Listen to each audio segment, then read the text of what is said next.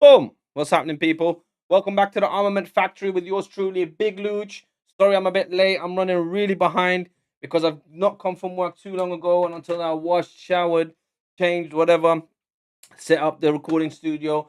So I'm here finally, guys. Sorry, I'm running a little bit late, but we're gonna kick off. I'm gonna quickly do the lineup. So we're doing today the second part of the EFL semi-final, second leg. This game is Manchester City versus Newcastle. So whoever wins this game is going to go through to play Arsenal in the final at Wembley. Obviously, Manchester City are 2-0 up already. So it's all about Newcastle trying to get back into the game, similar to what Chelsea was trying to do yesterday. Now, let me do the lineup quickly. So let's start with Manchester City. So Manchester City have James Trafford in goal today. Nunes, Husanov, Ake, and Ait-Nouri at back.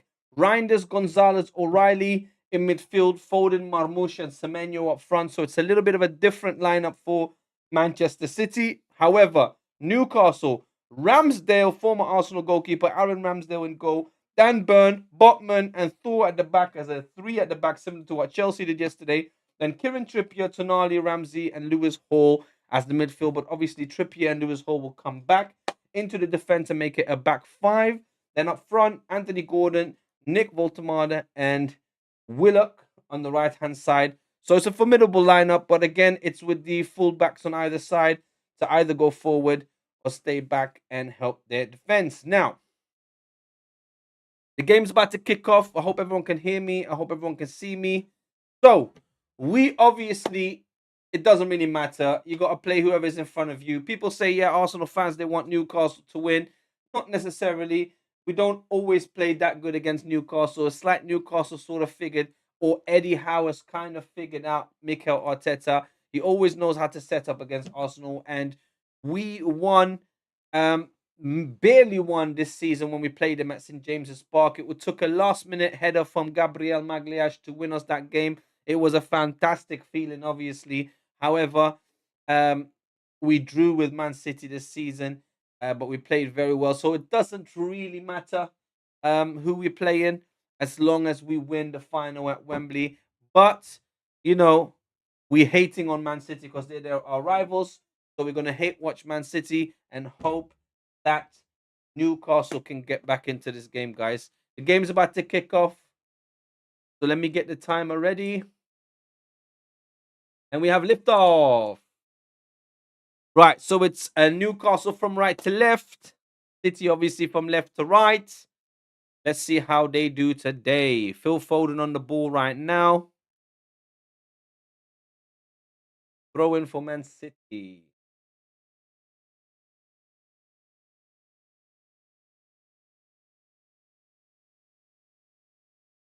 Tonali obviously playing tonight. Tonali being one of the players that was linked to Arsenal in a January move. It was a last-ditch move.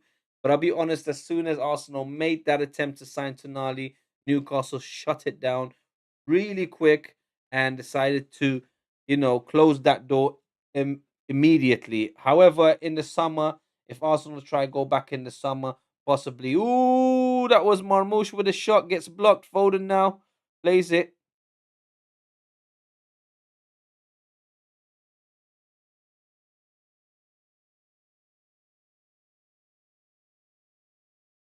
And it's interesting to see Nico O'Reilly playing as a winger. Well, not a winger, but a midfielder kind of on the wing. In the midfield three on the left hand side, and Tijani Reinders on the right. I wonder what's been going on over there at Manchester City, because it's very strange the season they've been having. To be honest with you, I mean, look, when you look at the players they have as their first team, but also the players on the bench, you'd think that they would be doing much better than they are. It's very strange to see them in the position they're in.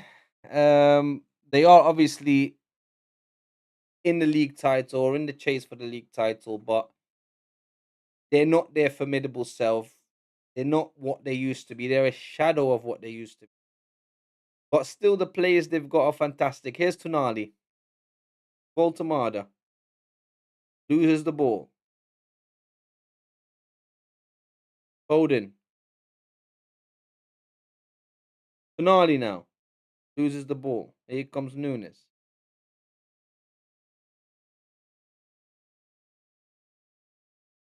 It's crucial for Newcastle to get the first goal, similar to Chelsea yesterday. I mean, they didn't really make an effort to get the first goal, to be honest with you. I mean, in the first half, both Arsenal and Chelsea had one attempt on target. We got Rashida Raji, my father-in-law, in the house. Mr. Morocco himself, Mr. Maghrib himself. Welcome, welcome. Here comes Man City, though. Good defending by Thor.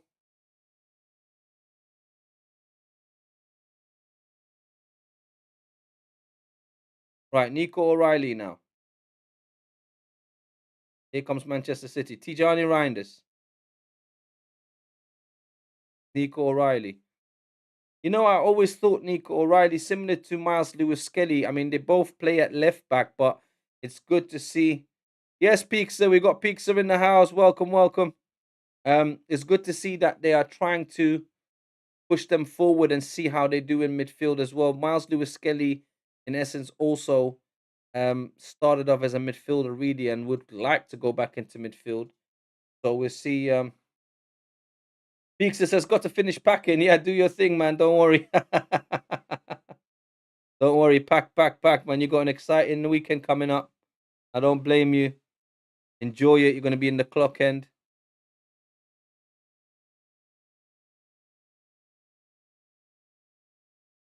Right. Ake now. Ake, also another player that possibly will leave Manchester City this summer. I'm hearing teams in Italy want him, teams in Turkey want him. I don't think he'll get another contract at Manchester City. He's not really playing in the Premier League that much. He's been used in the cup run more so, and I think he will part way with Manchester City come this summer.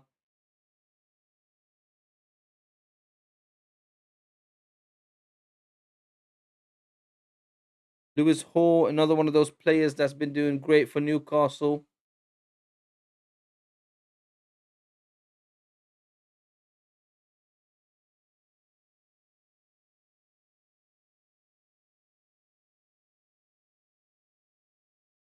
Peekser says we may have a snowstorm, so we got to stay at a hotel tomorrow because my dad lives in the countryside. And if there is a snowstorm, we ain't getting farm. Yeah, well, that's the thing about these Scandinavian countries, man. But yeah, make sure your dad stays close to the airport or be close. But wouldn't would the airport not close if there's a snowstorm? Would the airplanes not get cancelled, the flights? Because sometimes they get cancelled in the snowstorm peak. So you gotta make sure that you get a flight out.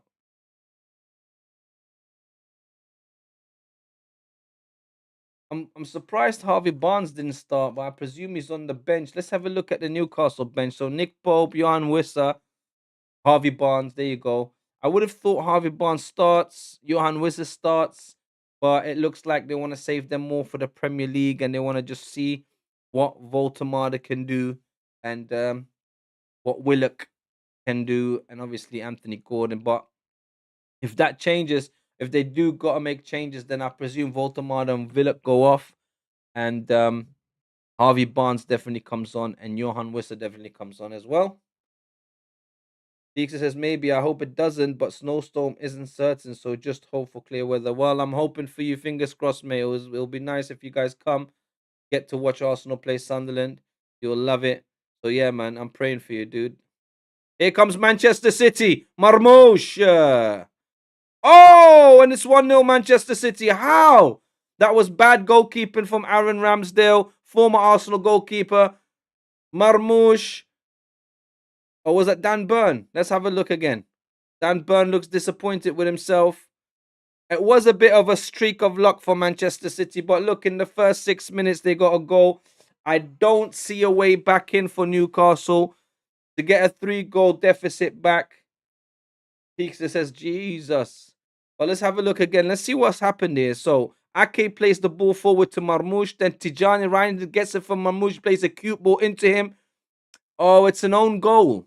It's not even a Marmouche goal. Marmouche tried to go over Dan Burn, it seems. He kicked it against his foot. It ricochets off of Dan Burn's foot and it goes over Aaron Ramsdale. Oh no, it's not an own goal. Actually, Dan Burn kicks it against Marmoush's shins, and it goes over Aaron Ramsdale. I'm not sure why Aaron Ramsdale's out so far. He should have just stayed in goal and let Dan Burn do his thing. He would have been able to catch the ball. So it's a bit of a silly goal to concede from Newcastle, unfortunately. So I don't see a way back for them guys. It's a shame. I was hoping Newcastle gets a goal. I don't see them getting 3 goals against Manchester City, but crazier things have happened in football. But yeah, I'm not seeing them scoring 3 in this game, to be honest with you. And Manchester City do have a. My father-in-law says, I thought Marmoush has gone to Atletico Madrid. No, they only just bought him last January. He's only been at Manchester City for a year. But obviously, he went to the AFCON for Egypt, and he was missing then. But no, they bought him last January. So not the January that just went, but the one before it. Which is strange because Manchester City do a lot of business in January rather than in the summer. Here comes Newcastle. Willock! Willock! Oh my God. And James Trafford, the youngster, did some unbelievable goalkeeping. Unlucky. But let's have a look here. The ball from Voltamada into Anthony Gordon and Willock. Great ball from Anthony Gordon. Willock should have done better, but James Trafford with a strong hand. But Willock should have lobbed the keeper or cut back inside. He would have scored. But, it's great goalkeeping. You see, if they would have got that goal, I would have seen some hope for Newcastle. But not getting that goal sets a precedent that Newcastle is not at the races today. You see, if Johan Wissa was up front, possibly he would have scored that. Willock was not the right guy for that bit of play there. Peekser says we have seen Silly from Ramsdale when he was with us. Yes, that's the exact reason why Mikel Arteta, and that's why I really respect him for those kind of decisions, that he didn't care about hurting someone's feeling. He didn't bother with any of that. He saw that he was making too many mistakes. He saw that he wasn't right for Arsenal. He was making too many errors, and said to him, look, listen, you can play second fiddle to the next goalkeeper. I'm coming. Or you can go. He decided to go to Southampton that season. Unfortunately, he got relegated with Southampton, which was very sad to see. Southampton's one of those clubs that just yo-yos up and down the Championship and the Premier League. I feel like they're too good for the Championship, but then they're not good enough for the Premier League, and hence why they're a yo-yo team that goes up and down. So Aaron Ramsdale signed for them once they got relegated. The following summer, he got his move to Newcastle, but I'm not sure if Newcastle bought him or he's on loan from Southampton. My father-in-law can tell me that, actually, as he is from Southampton and does follow the Southampton team. Here comes Newcastle again. Long ball forward, looking for Anthony Gordon. Too deep, and James Trafford catches it and rolls it back out straight to Nico O'Reilly. Semenyo on the ball now. That's a great, great, great signing for Manchester City, Semenyo. I would have loved him at Arsenal. Yes, my father-in-law says on loan. That's what I thought. I didn't think they signed him. So Aaron Ramsdale's on loan from Southampton at Newcastle. Probably with the option to buy, especially if Southampton do not come back up. Here comes Manchester City. Tijani Reinders bombing forward. Marmoush now in the box on the left-hand side. Plays it to At-Nouri. At-Nouri. Tijani Reinders with a shot. Ooh, it whistles past the far post. And this is the thing I was saying about Tijani Reinders in the last game that we did against Tottenham. He is hot and cold. He's a mixed bag. He'll have a good game one day and then a silly game the next. He looks up for it today. He's made some incredible passes already. That shot wasn't too far off target, but it whistled. Actually, you know what? Aaron Ramsdale got a hand to it and pushed it. That possibly could have been going in. Foden loses the ball. That was not a good ball by Foden. Gave it straight back to Newcastle. Here's Lewis Hall. Tonali, who may possibly come to Arsenal in the summer. We did bid for him in January, like I said earlier, but, Newcastle was not having none of that. Similar to Ollie Watkins last January when we needed a striker and Mikel Arteta decided to offer Aston Villa some money for Ollie Watkins. Now, the only thing is, we were also looking at Peakster says, Peter says, brother, Southampton is at 14th in the championship. Don't know what happened for them to go far down. Well, they sold all their best players. All their best players jumped ship. They're not trading very well. Oh, Tonali was a hoax. Was it? I thought that was genuine. I'm pretty sure I heard some reliable sources talking about that. Didn't Fabio Romano and everyone talk about it? His agents confirmed it wasn't true. I don't believe anything the agents say, Peakster.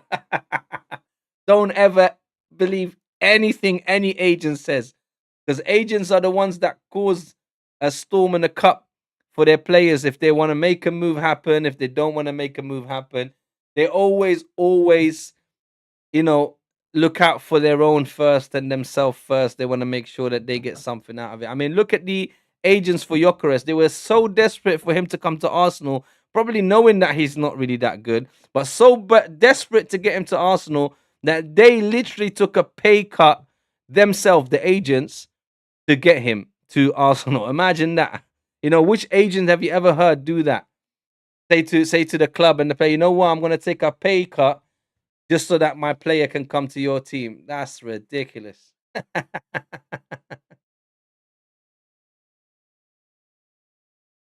No, we see. Hold on 1 second.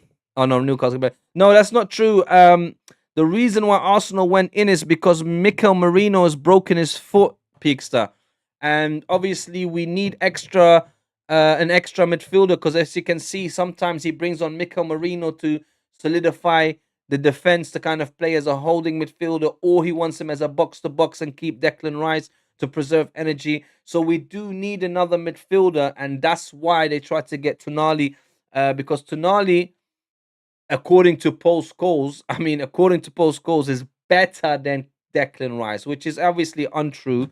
But I would have loved to see Tonali and Declan Rice side by side, and then both going back and forth. One goes to the box, one stays back, then they swap around. Because with Zubimendi is more of holding. Yeah, he's starting to go forward because Mikel Arteta's telling him you need to improve your goals. And by the way, Martin Zubimendi at Arsenal has scored the most goals he's ever scored in his career. He's never scored so many goals ever. I think he's got 5 or 6 goals. Pep Guardiola's gone a bit mad. He's losing the plot. Yeah, so the reason why they were looking at Tonali, Peakster, is because Mikel Merino's out injured for the rest of the season now. He's got a very particular or peculiar what do you call it, fracture in his foot, which is one of those ones that has to get operated. So he's not going to be back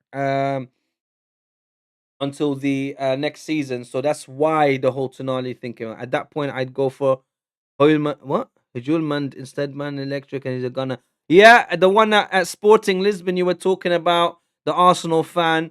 I mean, that was an option as well. Oh yeah, my father-in-law said that as well. That's right. He said Tonali. Said, "Ah, but that's not true. That's not true." He's not a better player than Tonali. I'm sorry. I mean, he's not a better player than Declan Rice. Did you see the pass Declan Rice did yesterday for the Havertz goal on his bad foot? You see, that's the thing. People always want to compare other players to Declan Rice. They just don't want to admit that Declan Rice is the best midfielder at the moment, at least in the Premier League, if not in Europe. Here come Manchester City. Marmoush bombing forward. Is Ait Nouri? No, that's Marmoush. No, it's Ait Nouri. Shoots! What gets deflected? Ait Nouri's trying to go for glory. Unlucky. Yeah, no, Tonali is not better than Declan Rice. Neither is Caicedo. There is not a better midfielder at the moment. I call it Arsenal bashing. People just don't want to admit that Arsenal have the best midfielder at the moment. Nobody can do what Declan Rice can. He's a captain in the making. I guarantee you, if we sell Martin Odegaard in the summer, which is very likely that he wants to jump ship, he may want to go to Germany. So if Odegaard gets sold, I guarantee you Declan Rice is the next Arsenal captain. He's the next England captain. And, he's gonna finish his career at Arsenal, I believe, or at least, towards the end, maybe have one more year, go back to West Ham or something like that. But I do see him become the Arsenal captain. I see him getting better and better. And at the prices players are being sold, in the modern market. Oh, Manchester, Foden with a shot. That was a great ball in. I didn't see from who, but here comes Foden again. Looks like Ait-Nouri with the ball. Marmoush on the right-hand side, places it to Semenyo. Semenyo crosses it. Ooh, squares it across the box. Nico O'Reilly tried to go for it, but nobody could make contact and has gone out for a throw. But that ball from Ait-Nouri was incredible. It took Thor to block it. Then Semenyo played it to Foden. Foden tried to take a shot. The ball ended up with Marmoush on the right-hand side, who played it to Semenyo, who squared it across the pitch, but nobody can go for it. Yeah, Peakster says, honestly, I think Big Gabby would be an insane captain. Big Gabby was captain yesterday, I believe. Yes, that's the thing. You know, you want to have a team full of captains. So Saka obviously being vice captain. You've got Martin Odegaard, Saka, Gabriel, Saliba too, Declan Rice. You name it. Even Urian Timber, the way he plays sometimes. In the future, you can see him wearing an armband, if not at Arsenal somewhere. We have so many possible captains in the team, and that's what we used to have before as well. Same thing. All our teams that would win, or the winning Arsenal side, have always been sides that have multiple leaders inside the team, not just one, multiple leaders. I mean, in our heyday, if you look between, like, say, 98 to 2004, you know, ooh, Marmoush took another shot, got deflected as a corner for Man City. You name it. I mean, anybody could. We obviously had Tony Adams, but once he retired, you really realistically could have given it to anyone. You could have given it to Sol Campbell, Thierry Henry, Dennis Bergkamp. Who else was there? Laurent could have been the captain. Gilberto Silva could have been the captain. I think he was at one point as well. So it always takes a group of leaders to really lead you across the line to become a winning team. And that's why after that generation, we didn't really have any leaders. I mean, Rosicky, Flamini, just like, I mean, good tactical players that play beautiful football, but not real leadership. No real leaders. We didn't have that strength, and that's when everyone started calling Arsenal weak and pushovers, and because we had these small kind of miniature players that Arsene Wenger loved, the dribblers, the passers. And yeah, Arsenal was playing beautiful football, but we had no leaders, we had no strength. At that time, Chelsea were full of leaders. Chelsea had Lampard, Ballack, Drogba, Essien, Terry, Carvalho. Every player could have worn the armband. And that's what you really want, realistically. You want a team full of leaders that are fighting for that captaincy. They all want to be the captain. And that's when you see real results. And that's at the moment we had.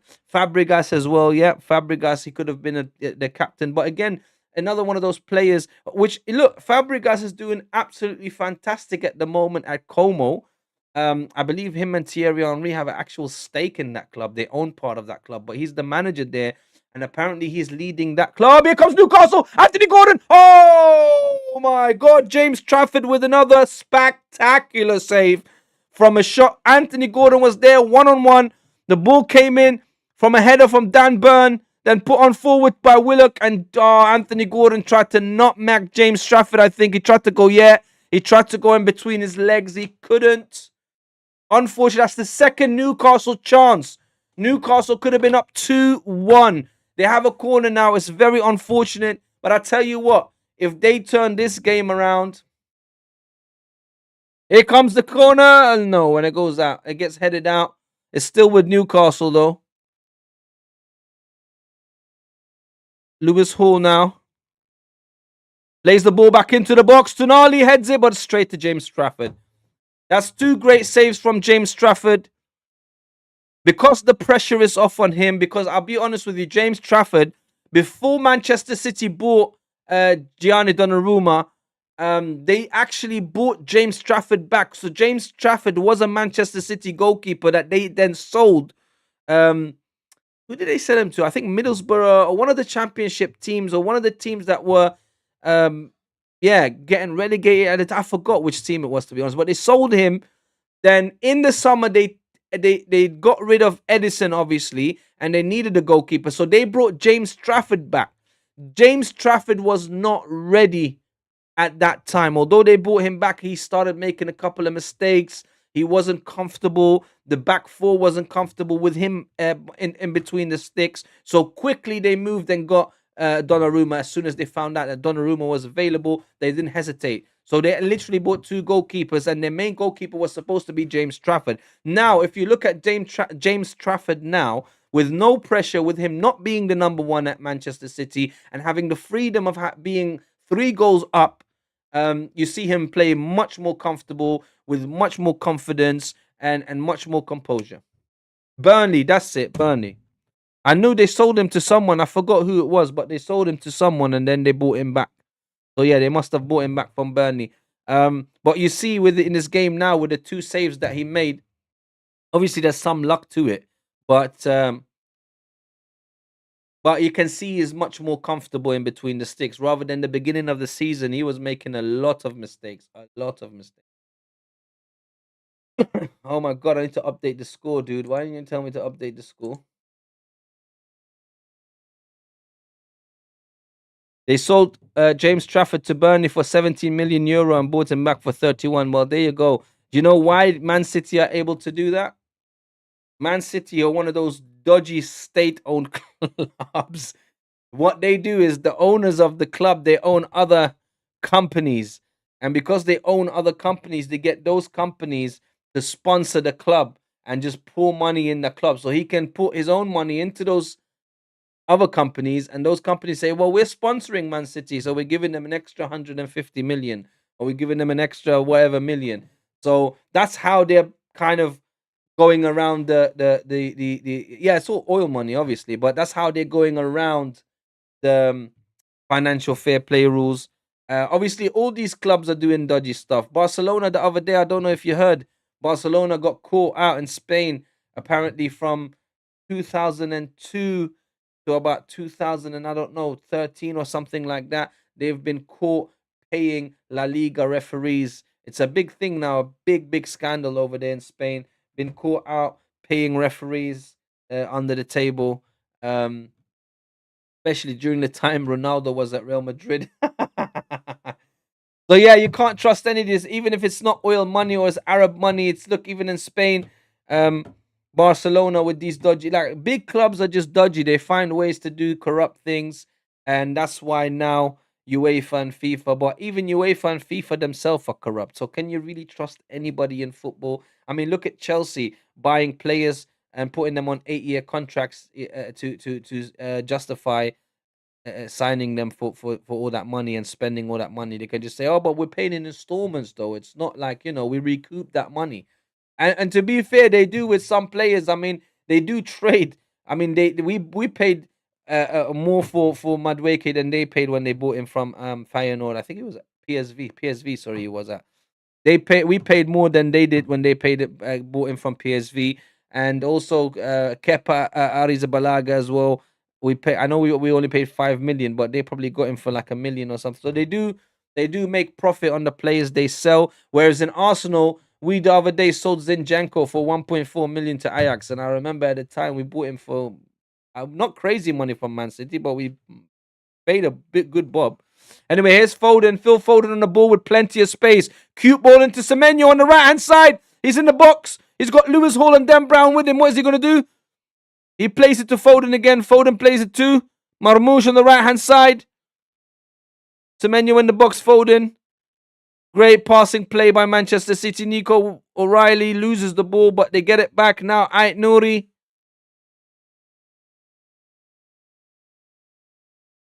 Who bought Kepa for 80 million, bro? Who, Chelsea? They? I don't remember that. Are you sure? Why the hell would they sell him for 5 million?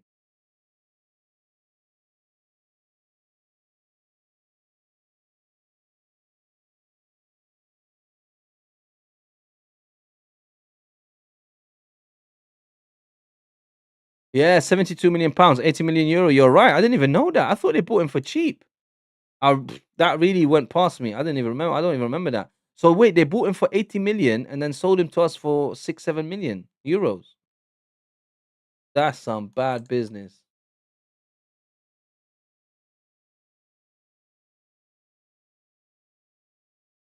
Yeah, 5 million. I told you, which works out 6.9 million euros.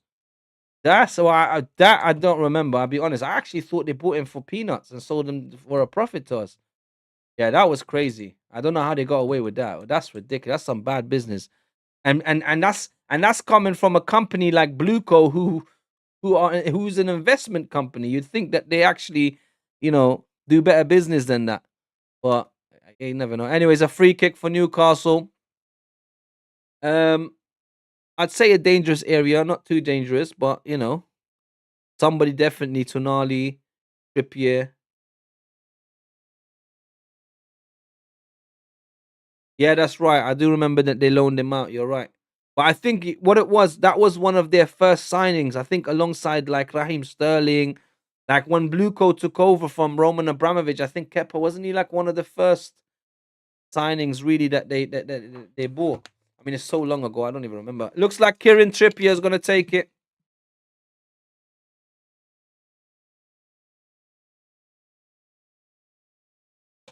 Kieran Trippier. James Trafford with an excellent save. That was not a bad free kick at all.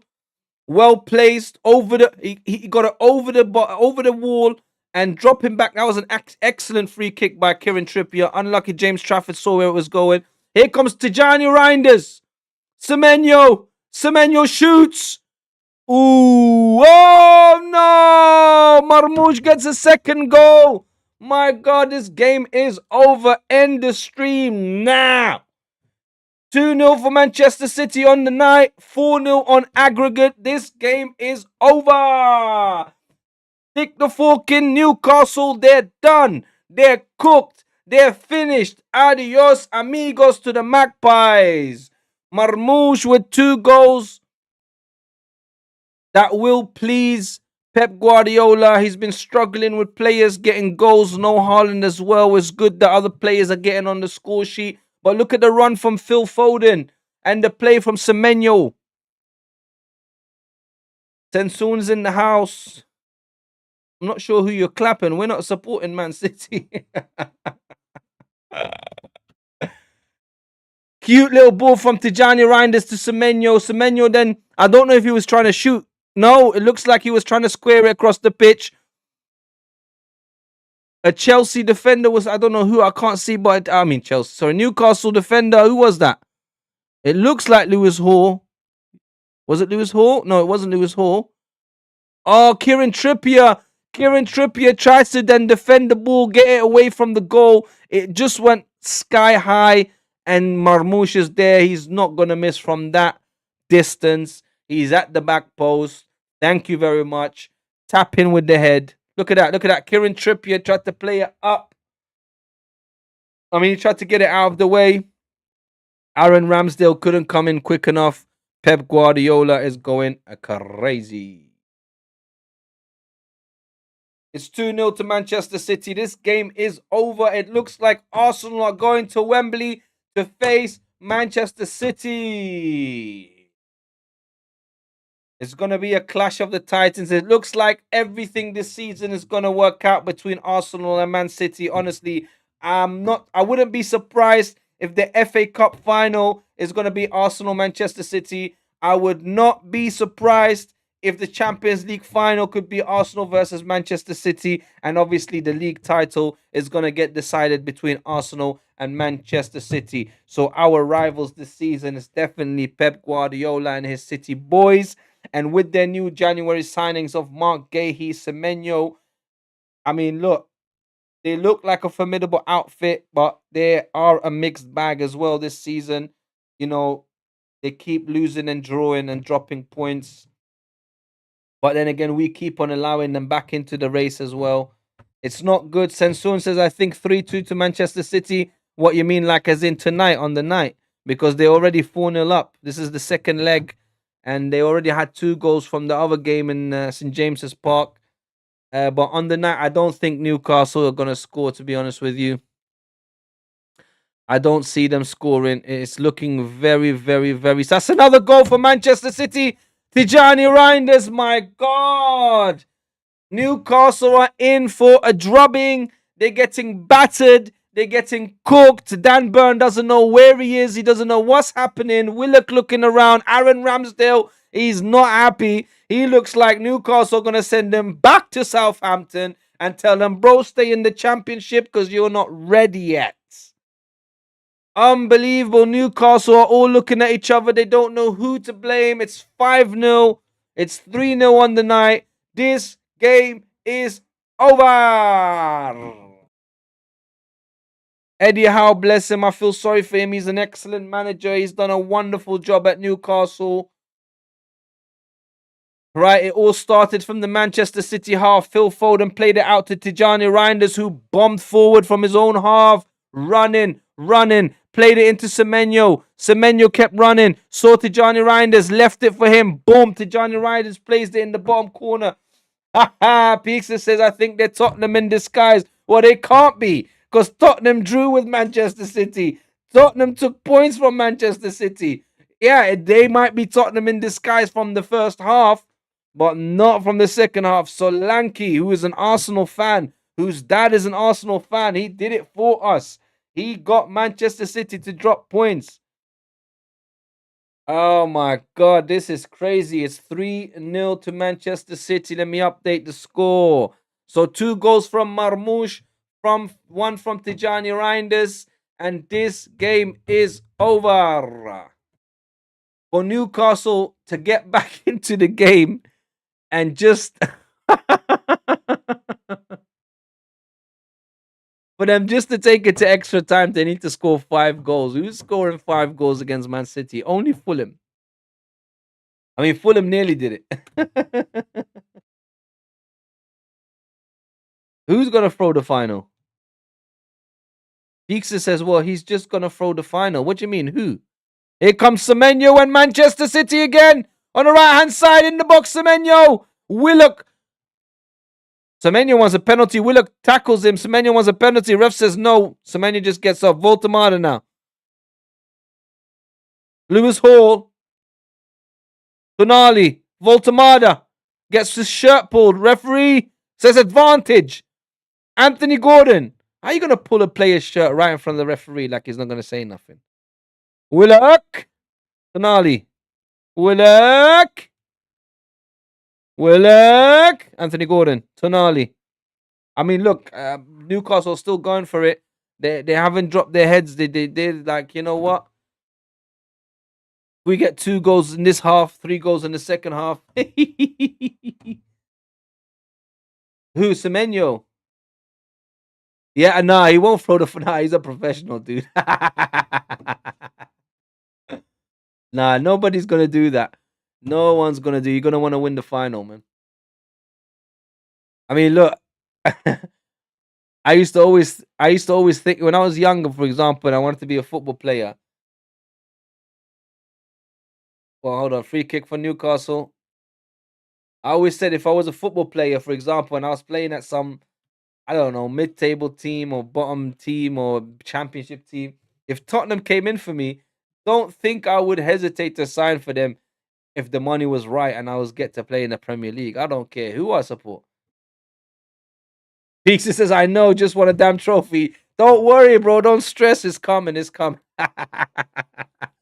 It has been too long. And do you know the League Cup itself, the last time we won it was in about 1994. Alan Smith scored in the final. I think Alan Smith and Ian Wright, 94, 95, mate. It's been like 30-something years, mate. It's been like 32 years or something like that. But what a wonderful pair of strikers, Alan Smith and Ian Wright. Alan Smith never used to like playing alongside Ian Wright, and hence why he ended up leaving after. But yeah, that's the last time we won the League Cup, so it's been a long time. We are due to win that competition, although it's the least favorable competition in the English leagues. Obviously, the Premier League and the FA Cup is the major ones in the English football leagues, but it's silverware nonetheless. And hopefully, if Arsenal do win that final at Wembley, Aaron Ramsdale would catch the ball. If they do win that, I hope it spurs them on. Pardon the pun. I hope it does encourage them to go on and oh, here comes Man City again. That was bad play from Lewis Hall. Lost the ball. Great save from Aaron Ramsdale. Aaron Ramsdale doesn't know what's happening. I don't think He's very happy right now. Again, Lewis Hall, I think that dropped the ball there. He played it straight into Semenyo's path, who gave it to Reinders. What was he thinking, Lewis Hall? No, I agree with you. I agree with you, Peakster. A trophy is a trophy. No, 100%, dude. Where you think I'm going to say no to winning the League Cup? Of course not. I want to win the League Cup, but I'm saying to you that I don't want the Arsenal players and fans to get too excited about winning the League Cup, because that's just like a taster. That's like the entree or the starters when you go to a restaurant. It's like, just fool yourself with these little bits and while we're cooking your food, and I mean, so hopefully it's just a starter, and it's just the hors d'oeuvres, and it's just the entrees, and the Premier League and the Champions League and the FA Cup are the main dishes. Here comes Anthony Gordon. Loses the ball. Manchester City, Semenyo again. A lot of the players going between Tijani Reinders, Semenyo, Marmoush up front. Anyway, he's Nico O'Reilly. Foden obviously playing right behind them, distributing the ball well.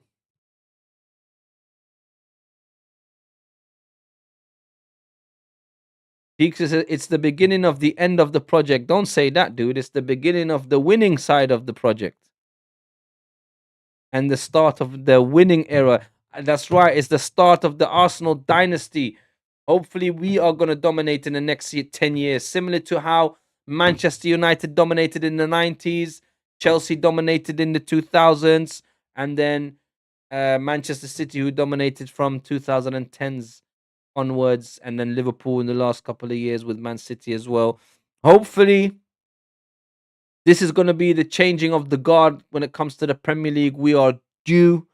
It's been 20 odd years, I think 22 years since we won the Premier League. I remember it. I was there. I got the t-shirt. I celebrated with everyone else. It's been such a long time. Obviously, the last time we celebrated was the FA Cup 6 years ago or 5 years ago when it was COVID. When at the first trophy that we got under Mikel Arteta. Obviously, it was the team that was built by Unai Emery. It wasn't the greatest team because Unai Emery couldn't get anything out of them. He lost our European final in Baku against Chelsea. Embarrassing how the tactics he used and how we lost. And then I'm glad he left after that. And then Mikel Arteta took over and got us the FA Cup at least. Ake with a ball to Tijani Reinders. What a great ball from Ake. He's in the box, but he loses it. Kieran Trippier gets the ball back, really composed.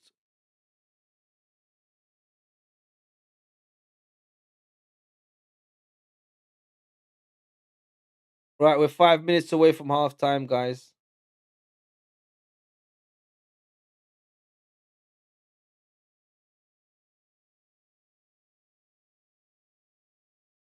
Husanov.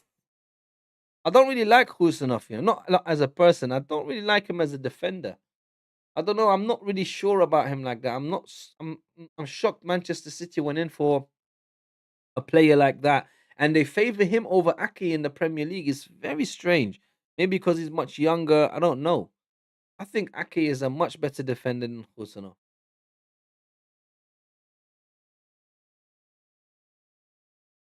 Oh my God, I Nouri running forward like he's crazy. Here comes Marmoush on the left hand side now. Do you keep changing, switching left to right? Cross comes in, shot. Ooh, and Aaron Ramsdale saves it. Who was that? Nunes.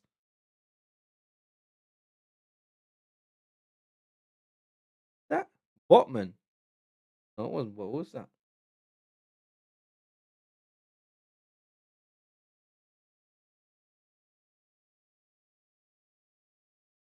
Oh, Nico Gonzalez.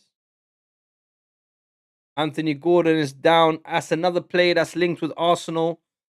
Another player that possibly, if Leandro Trossard gets sold in the summer, which I think he will be, because he was nearly going to be sold last summer. Then they gave him an extension contract for a year.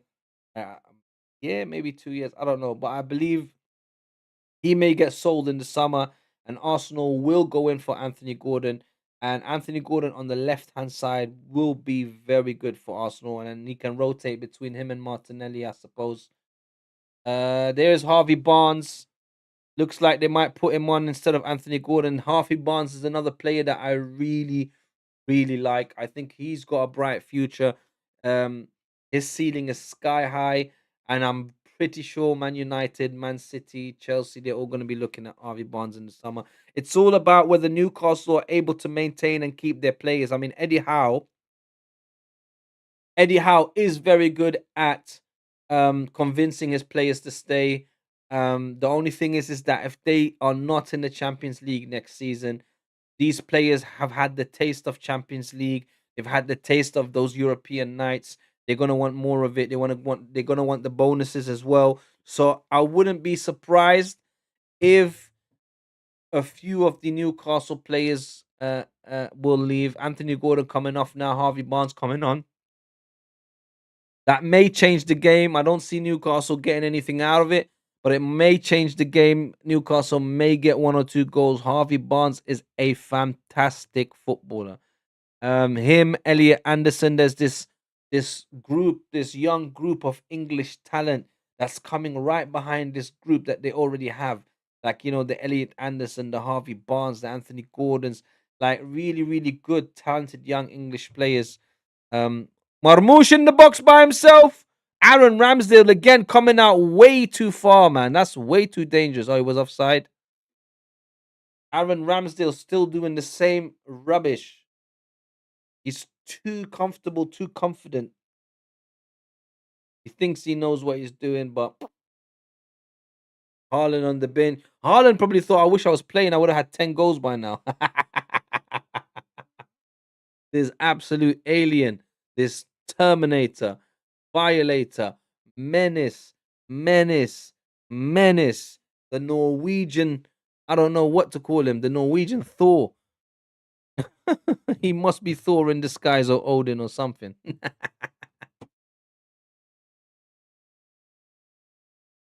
How is he so much better than his dad? I know his dad wasn't a striker, but his dad was like a mediocre player.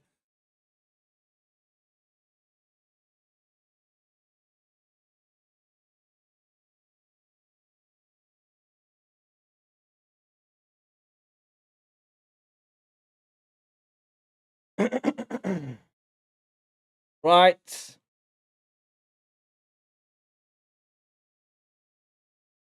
Yep. Peakster says Ramsdale and his shenanigans. Seems like he hasn't learned his lesson from when he was I think that's just that's how he plays. He's just too confident. He thinks like I can get away with these things. I genuinely believe there's one of the seasons when he was our keeper, I think 3 years ago or so. I think if we had a better goalkeeper, we could have won that league, honestly. I think in the last 4 years, I think we could have won at least 2 of the 3 times that we finished second. Genuinely, I believe that. The season we finished 1 point behind City and last season. Well, I don't want to talk about it because I'm gonna get depressed, man. Let me just keep quiet. But yeah, I definitely wasn't an Aaron Ramsdale fan. Never. I was really happy when David Raya came in. Peakster says most players' sons are worse. Jordan, Larson, Maldini's son. Not that they are bad, just not. Yeah, that's the truth. Usually, that's what happens. That's why I'm so shocked that he's so much different from his dad. But usually, you're right, Peakster. The sons don't always live up, but they. I mean, sometimes they, if they play different positions. Like if you look at the Clover brothers, for example, Justin and what's the other brother called? Anyway, Patrick Kluivert's 2 sons. They play in different positions than their dad. So in their positions, they're doing all right. Here comes the ball from Newcastle, crosses in. James Trafford with another fantastic save from the header of Dan Burn. Was it Dan Burn that headed that? He's getting high five by all his team. Big smile on James Trafford's head. Who was that? Voldemar? No, who was that? Dan Burn? No, Thor. Who headed that? Thor, wasn't it? No, Botman. Sorry, Botman with a great header. But James Trafford there with strong palms to punch it out. Fantastic from James Trafford. I mean, he's really showing Aaron Ramsdale how to do it.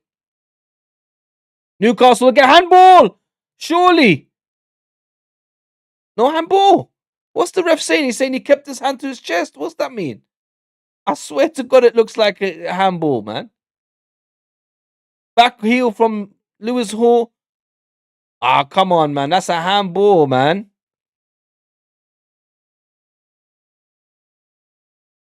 Matthias Nunes. Peaks says the way Haaland plays because he's so lanky reminds me of Zlatan's flexibility. Yeah, you're right, but I think Haaland is a better striker than Ibrahim Zlatan. I'll be honest with you. I mean, Zlatan was great, but Haaland is just something different, bro. Haaland is not. We haven't seen something like Haaland in a long, long time. I mean, I'm not saying he's from the same cloth or the same ilk as like the R9s and so on and so forth. But do you remember? Oh, James Trafford again, and it's a foul on him. Do you remember? I'm not gonna say they're similar or the same, but he's like, remember Adriano at Inter Milan? Like he'll just get goals, like he'll just score, like he'll just be like most of the game you won't see much of him, and then all of a sudden out of nowhere, bish bash bosh, he's got a brace or a hat trick. He just knows where to be in the right place in the right time. But yeah, you're right. His lankiness does help him stretch more for balls, being able to reach balls more, headers, that flexibility. You're right.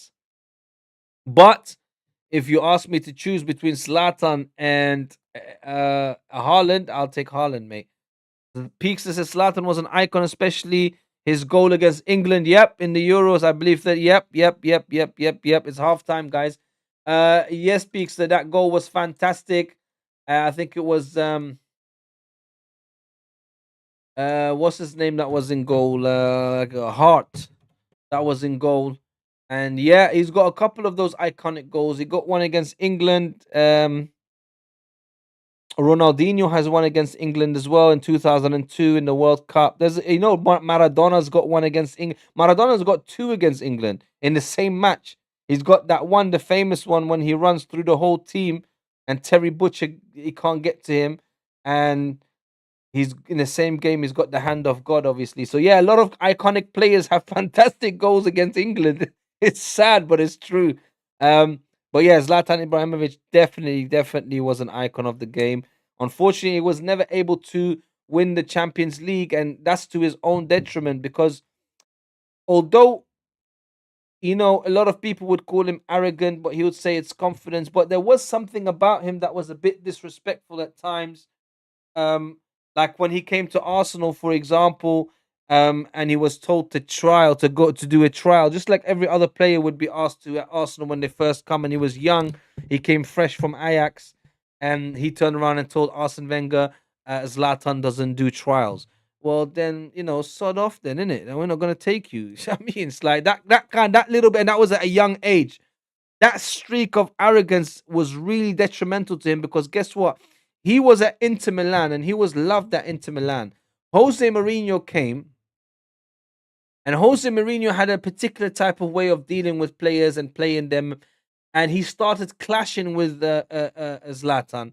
And when he clashed with Zlatan, obviously Zlatan realized that Barcelona was in for him, and Barcelona the season before won the Champions League and they were winning trophies. So he wanted to go to Barcelona, and he's told Mourinho, I want to go to Barcelona. Mourinho told him, I don't have any other strikers. He told him, no, I want to go to Barcelona. He said to him, okay. And then he said to Mourinho, you won't win nothing with Inter Milan anyway. And then Mourinho turned around and said to him, I'm going to win everything with Inter Milan when you leave. And then listen to this. Zlatan Ibrahimovic went to Barcelona where Pep Guardiola was, didn't win anything, had a bad time with Pep Guardiola. And guess what happened with Inter Milan? Jose Mourinho done the treble with Inter Milan that next season when he sold Zlatan Ibrahimovic, which was, I think, the first time that Inter Milan ever did a treble with the European Cup. So he could have stayed at Inter Milan, could have been their striker alongside Eto'o and won the Champions League for the first time because he hasn't won the Champions League. But that little streak of arrogance or if you want to call it confidence, or whatever, that mean streak that he had wasn't always in his favor. It did, harm him at times as well. But he will always be an icon. Damsgaard free kick in the semi against England may not be the icon, but that goal was good. I don't remember it, dude. Honestly, I'm gonna have to look it back. In the semis of the European Cup, last one, I don't remember, bro. Damsgaard is isn't he Danish? Isn't he from your country? Damsgaard, Norgard, they're all Danish, are they not? Why am I confused? I don't remember that Damsgaard free kick, but Damsgaard is a great player. I mean, he's a great asset to Brentford anyway. Norgard is again Christian Norgard, who was at Brentford. He was their captain. He's at Arsenal now. Another fantastic player. Unfortunately, he has to play second fiddle, but he does get his chances, and he does get rotated in. And oh, when Italy won it, that's years ago, man. I don't remember that, dude. That was at That was in England, that Euros, wasn't it? That's when the final was at Wembley, and Saka missed the penalty. Oh my god, you're bringing bad memories back to me, Peakster, man. But yeah, I'll be honest, I don't remember that free kick from Damsgaard. I'll have to look at it again. But I believe you, I'm sure. Oh yes, you're right. You're right. I do remember that. I don't remember the free kick, but I remember the game when Ericsson had cardiac arrest. I do remember that, and I do remember the final against Italy. I do remember all of that, but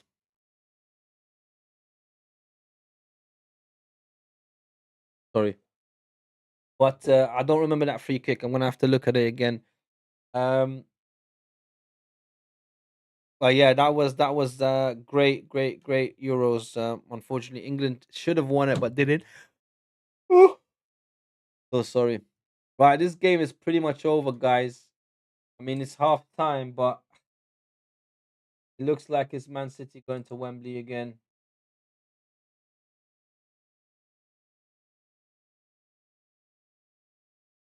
Marmoush 2 goals. Let me have a look at it now quickly. Hold on.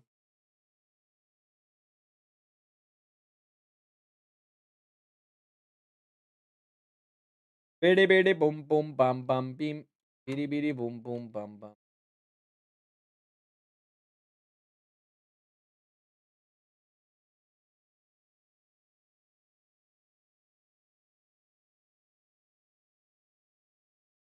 Huh?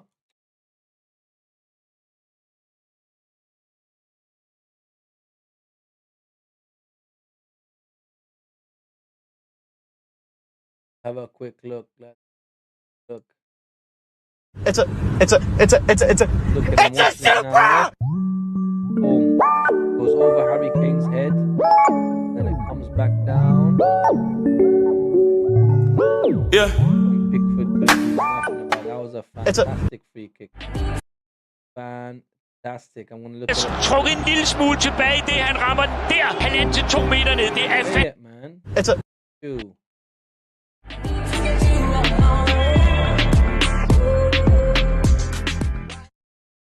Oh, that was kind of fun.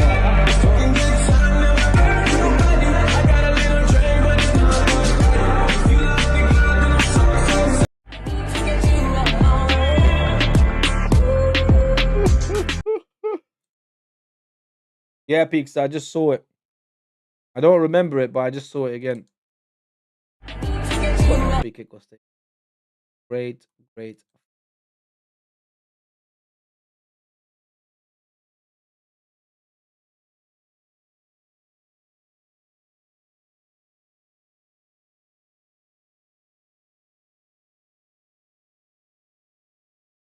Wait, what's too loud? My mic. Music.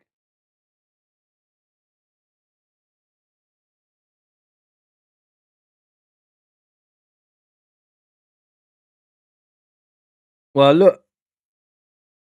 Yeah, it was a great, great free kick. I just saw it now. Damsgaard takes it, he bends it, he puts it over Harry Kane's head, and then it kind of bends back down. Great, great free kick, and Pickford can do nothing about it. I kind of remember the game, but I don't remember the free kick. I totally forgot. But absolutely fantastic free kick from Damsgaard. Very, very good. Yeah, yeah. I think I forgot to turn off the sound on the YouTube video. I'm sorry, guys, but I was because I was watching the YouTube video. I was watching a short of him taking the free kick. Um, but I forgot to take the sound off. Sorry, guys.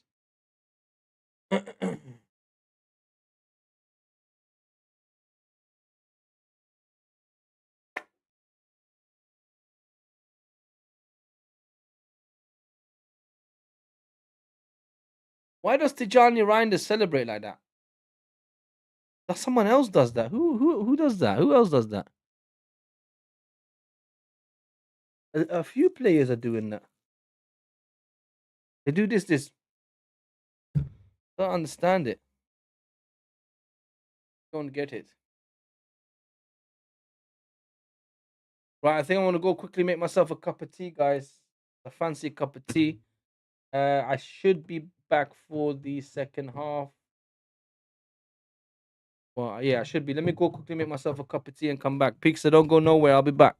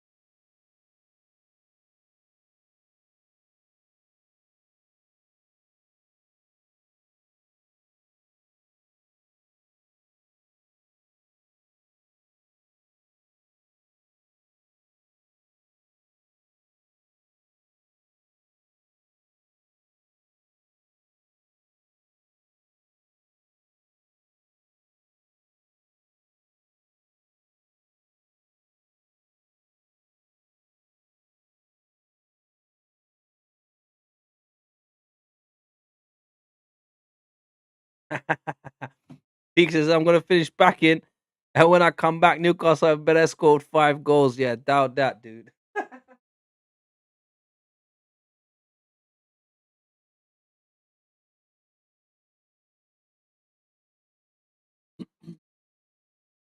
Right, we're back. Second half about to kick off.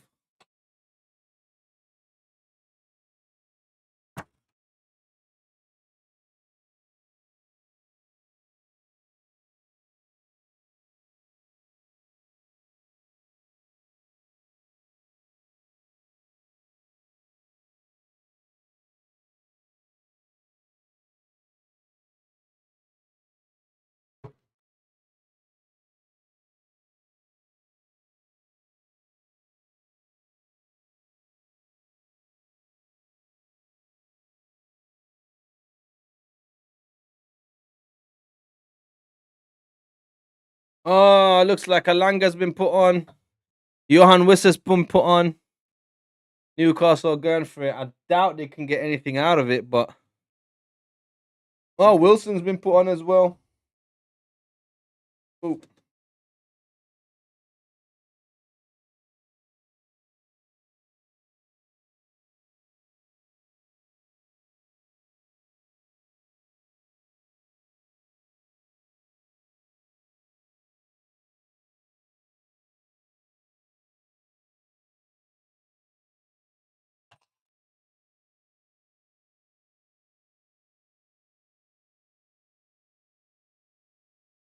Yeah, Johan Wisser, Alanga, and Murphy are coming on.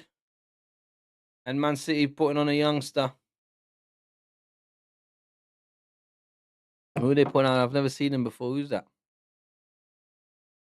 Max Elaine. Oh, Max Elaine. Yeah, no, I have seen him actually. Max Elaine. Didn't he score a goal long ago? I'm pretty sure I've seen him score a goal not too long. For Man City, obviously. Johan Wisser. Alanga.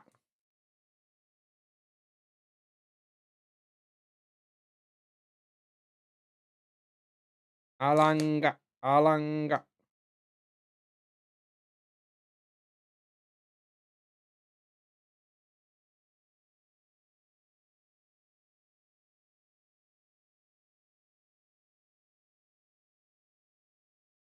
Right. Oh, sorry, one man, I forgot the time. Game's kicked off. We got lift off for the second half.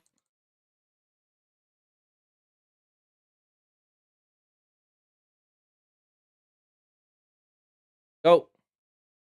Right, so Man City playing right to left and Newcastle left to right now. It's still Man City 3, Newcastle 0. Here comes Johan Wisser! And he misses, unfortunately. Unlucky Newcastle with the first chance in the first 30 seconds of the second half. Tonali gets the ball, plays it to Johan Wisser. And what was Johan Wisser doing? His first touch was to kick it 10 yards wide. I don't know what he was thinking. That was ridiculous. Right, Newcastle. If Newcastle score 5 goals now, yeah. A lot of mercy. And that would be crazier than seeing Tottenham getting 2 goals back against them. But saying that, if you guys remember the the Fulham Man City game at Craven Cottage, I'm pretty sure Man City went 5-1 up or 5-0 up, and then Fulham scored 4 goals. It ended up 5-4 this season. I'm pretty sure that happened.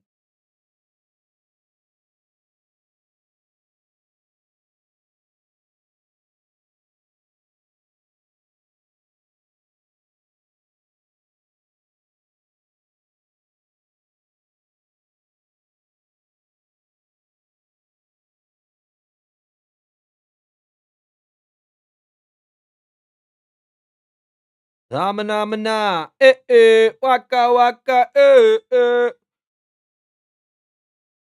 60 million gone down the drain. Kai Havertz scores again. Zamana.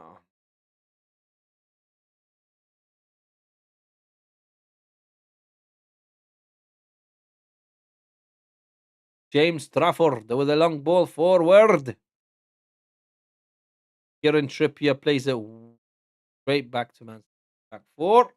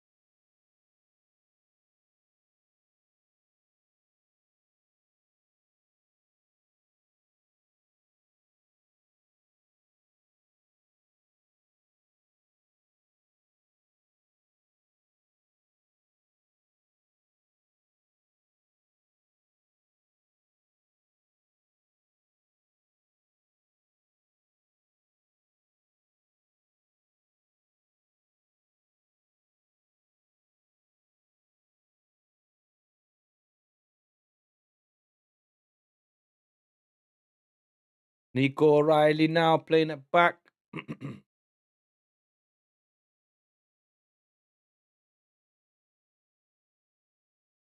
Here comes Manchester City.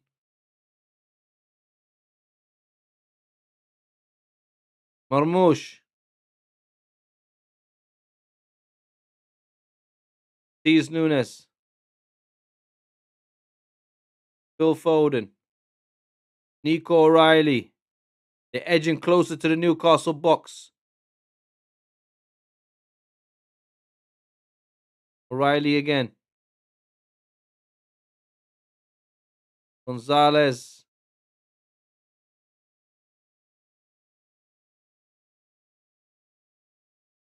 Was enough.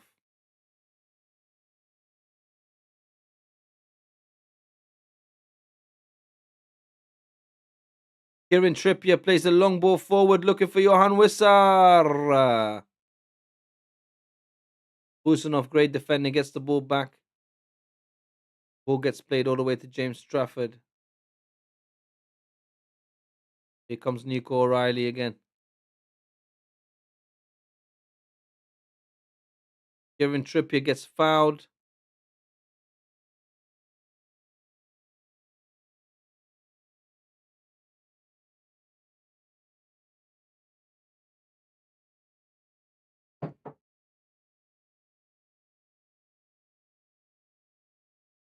Alanga now, bombing forward. Alanga on the right-hand side.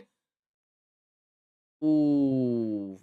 Max Elaine, great defending, gets the ball away. It's a corner for Newcastle. Well, look, they're going for it. Can't fault them for that. And why they're going for it, seeing?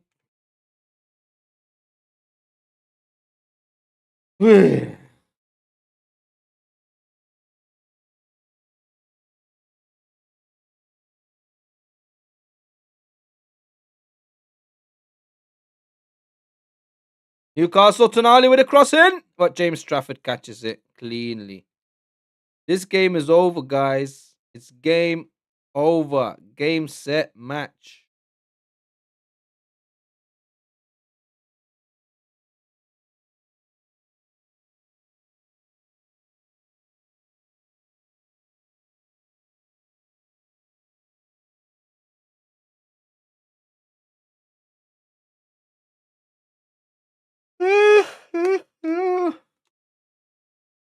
It's a shame because you'd want it like to last a bit longer. You want it to be a bit more edgy. Newcastle to get back into it, but Man City, here they come again. To allow them to score 3 in the first half, it's a shame.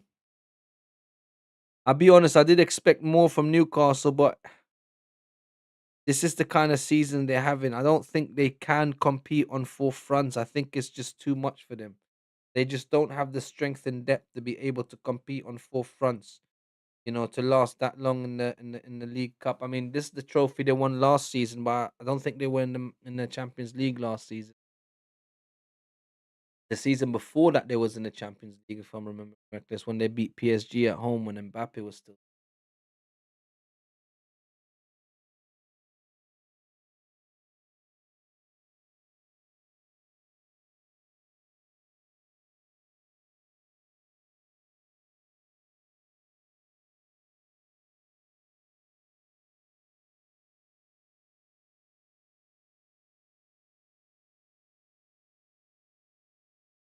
Here come Manchester City against Semenyo.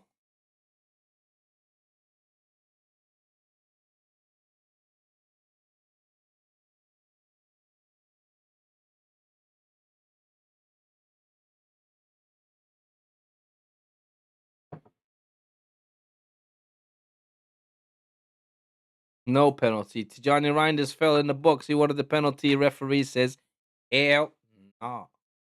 Forget about it, mate. Don't forget about it. Yo, Tony, what do you think? Tony said, forget about it.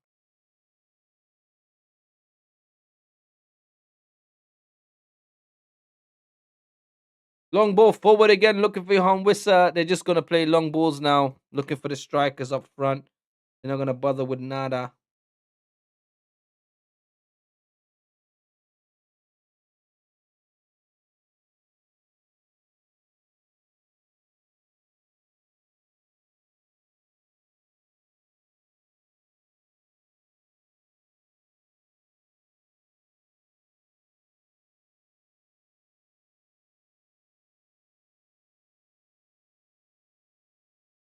Here comes Semenyo. Semenyo is really becoming a talisman for Man City. A lot of the stuff, the creation, the goals, everything is coming through him. Can you imagine if they put Haaland on and Haaland scores another 3 goals, another hat trick? That would be crazy.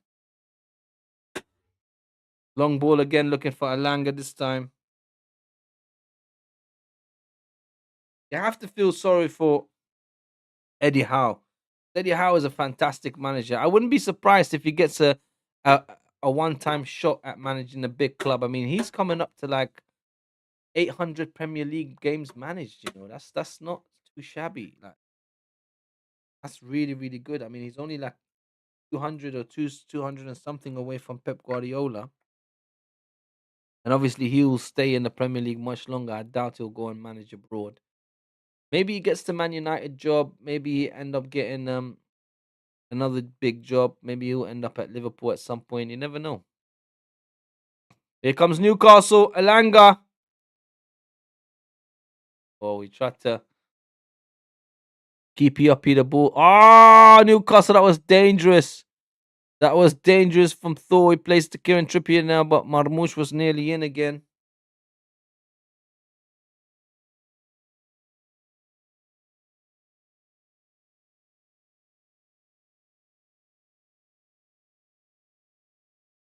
Johan Wissa dropped in the box. He wants a penalty. Husanov went in hard. Ref says, hells no. Look, now Eddie Howe and his team are moaning and complaining about it. They want a penalty. They don't understand why there is no penalty. Here's Semenyo with the ball now.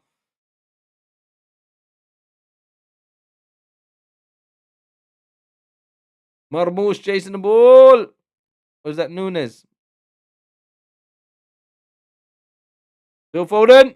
Oh, no, it wasn't Phil Foden. That was Tijani Reinders. Another chance for Tijani Reinders to get another goal. Doesn't.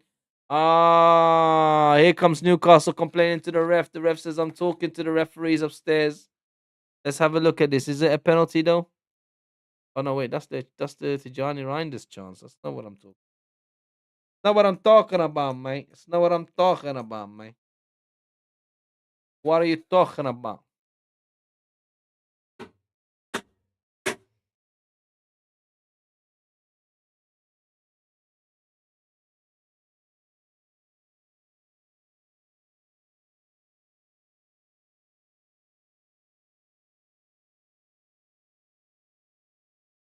Namana, waka waka, 60 million gone down the drain. Guy Abbas scores again.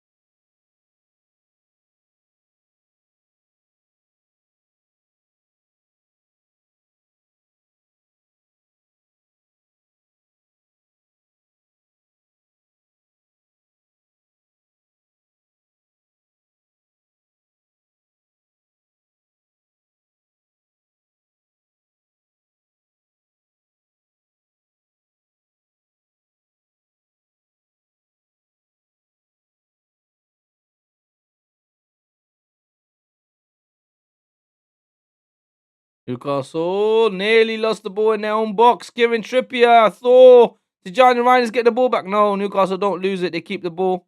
And then Nico O'Reilly blocks the Thor clearance.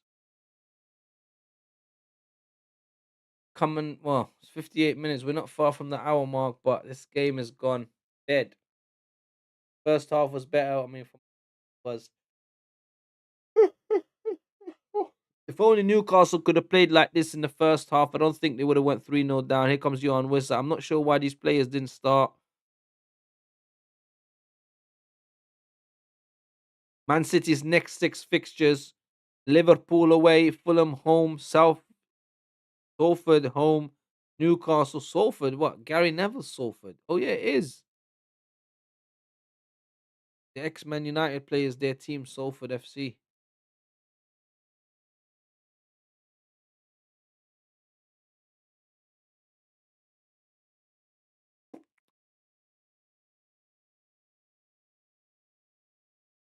Man City tried to play a ball over the top just now, but it didn't work. That's strange to see Man City going down that route of playing the ball over the top, a long ball, because Pep Guardiola and the Spanish Barcelona type of way would never be long balling it over the top. It'll always be ball on the floor, because that's the Dutch total football way. They don't like the ball in the air.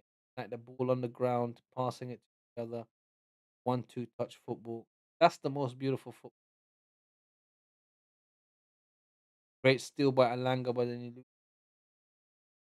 I mean, when I was young, growing up in the Netherlands, that's what they used to teach us: total football. Keep the ball on the ground. Don't bother having it in the air. But when I came to England, it was all about the long ball and just play it in the air and just get the first header, second header, win every phase of that, and then try and get to the goal as soon as possible. Messed me up a bit because I learned a one way in the Netherlands. I had to adjust to a whole other way of playing football. As a professional footballer, that adjustment is easier. The young player, a young guy, a young boy that's learning the trade, never easy to adapt. Like to adapt going from total football to now all of a sudden long ball, just over the top, look for the donkey up front, get it to him. Here comes Newcastle again.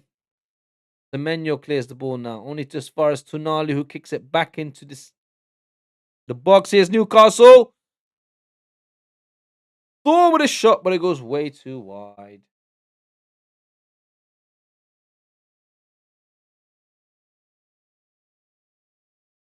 Nama, work it,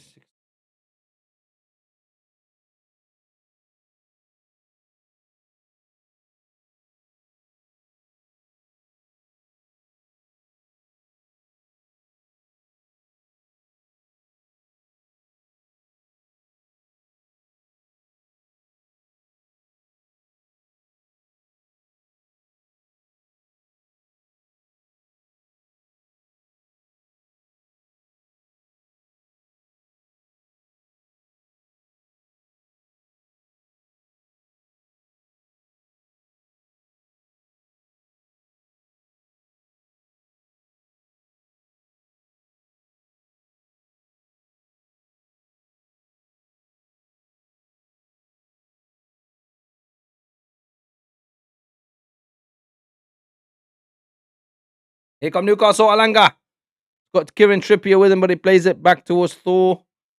Alanga goes through 2 players, gets into the box. Alanga again. Oh, shoot!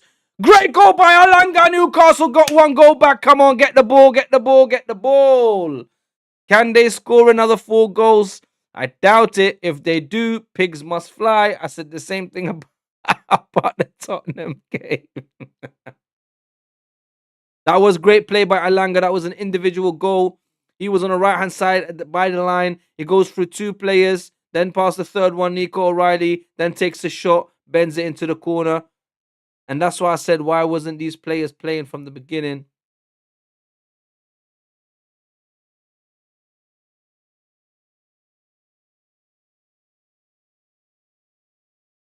Great piece of play by Alanga.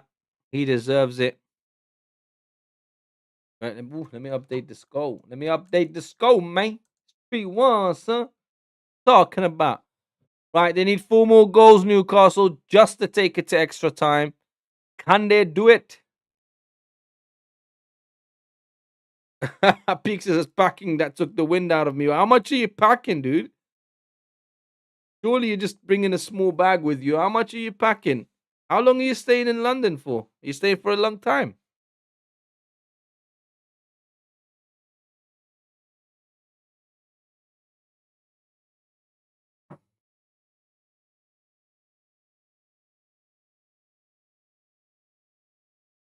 It looks like Manchester City took their foot off the gas. However, they're just sitting back and letting Newcastle play. Surely they're not going to let them get back into the game at all. Newcastle are going for it and they have plenty of time. You're there till Monday. So when are you coming? Did you say tomorrow? So you're coming for like what, 4 or 5 days? Because the game is Saturday at 3. So obviously, if you're coming tomorrow, you're gonna be here for Thursday, Friday, Saturday, Sunday, Monday. Yeah, that's not too bad actually. That's not too bad. It's a nice little holiday.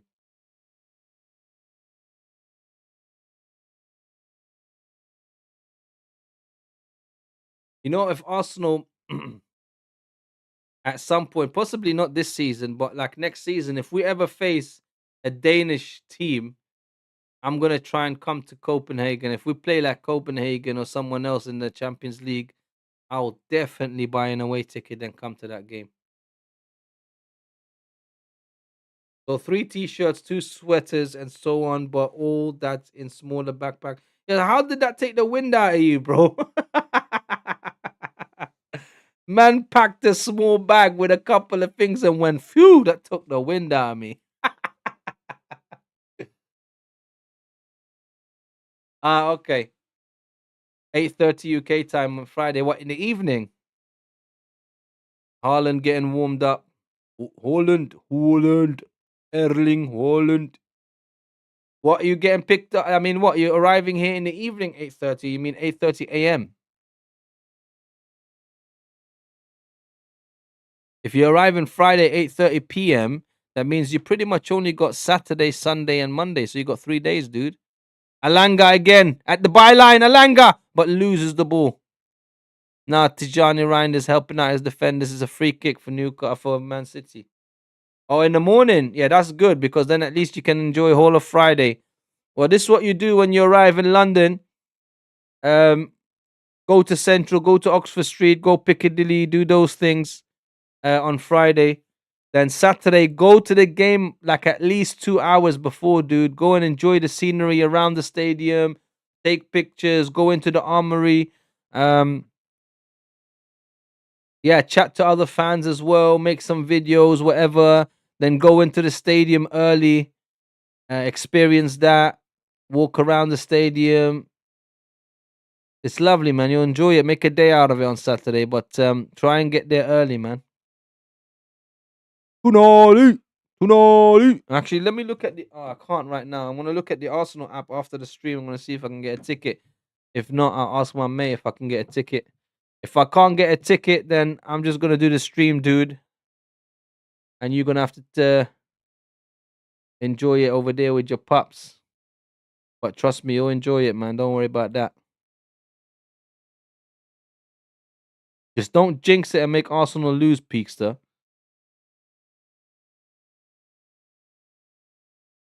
Oh, nice. Well, yeah, exactly. Well, that's what I mean. Yeah, do all of that. I didn't know that. I thought you just had regular tickets. But yeah, if you got that, then yeah, do that, man. Arsenal food is some of the best food. Here comes Alanga again. Johan Wissa. Not offside. Plays into the middle. Harvey Barnes shoots. They got another goal. Newcastle are on rocket. Oh, offside.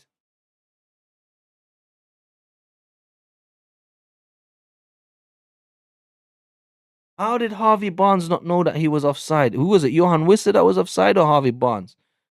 That is ridiculous. Oh, wait, what?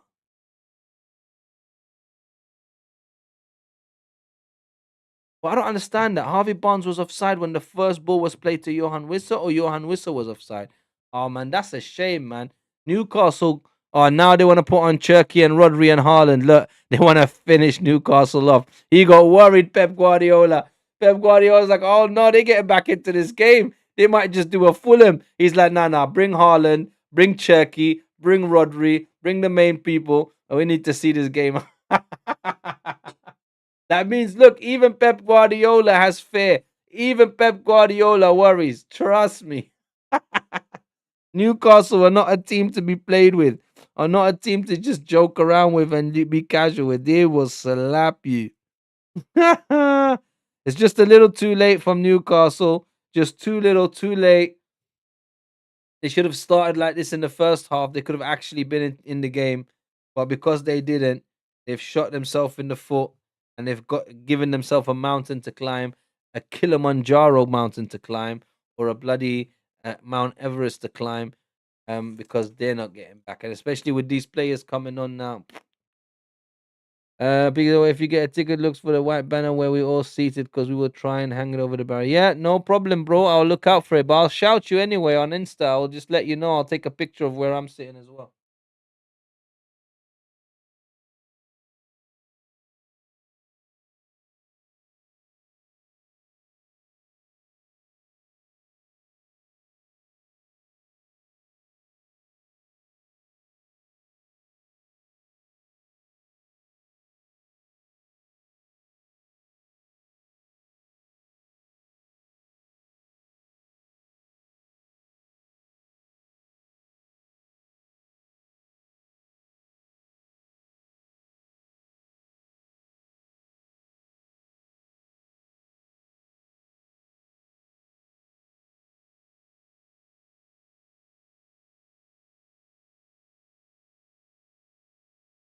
What? Hold up. Let me send you a picture of the banner so you can see what you have to look for.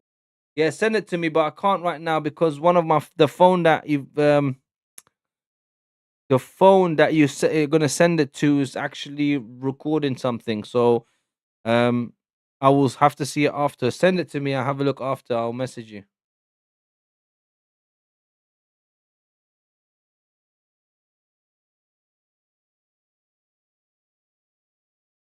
Right, Cherky, Rodri, Haaland. Haaland shaking his hands. Why is he shaking his hand like he's cold and he's from bloody Norway, dude? But yeah, they look like they want to see this game out. They look like they want to finish it off, mate. Finish it off, Gazer. Samu. Samu. Had a great game for Manchester City. Fantastico. Semenya going off for Haaland, Foden going off for Cherky, and O'Reilly going off for Rodri. Rodri, Ray-ro. Rodri, Ray-ro. Keep in mind, he made it 13-something years ago when he first visited. Who your pups? Who made the banner, dude?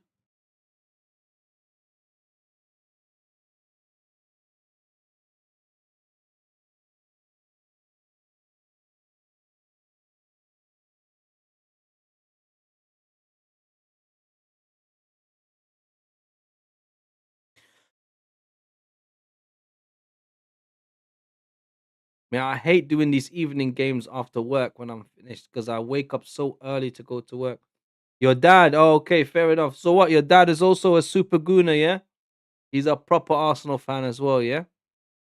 Oh, here comes Newcastle. Alanga again. Alanga. Unlucky. Ait Nouri there with the defense. Offside anyway. What's up with these offsides with Newcastle, fam? Matting Satting.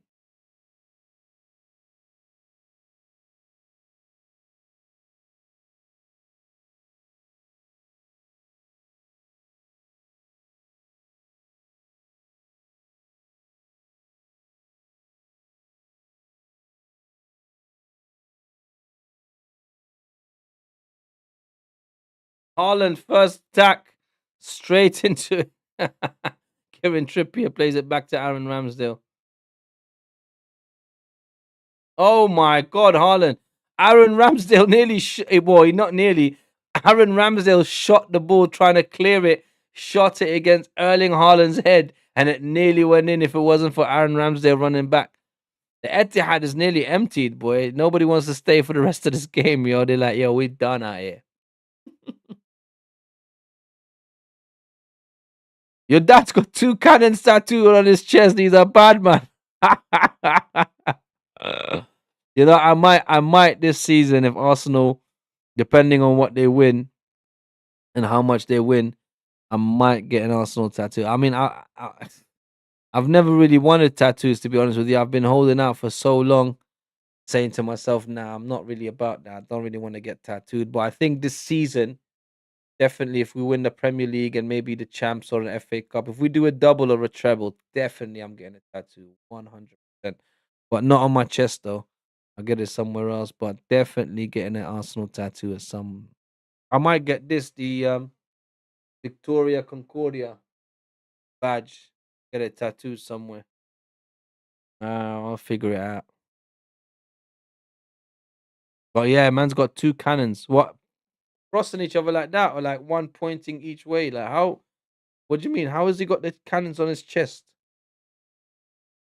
Or they both go into one side like that, or they go like that, or like that? How, what do you mean?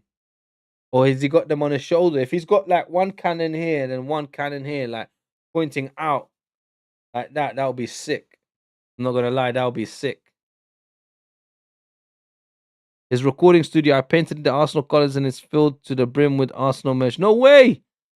No way. He's, what do you mean? Like music recording studio? He does like streams and stuff as well. If he does streams and that, show me his channel, bro, so I can subscribe and that. Oh, here comes Man City and they score another one, but it's a foul.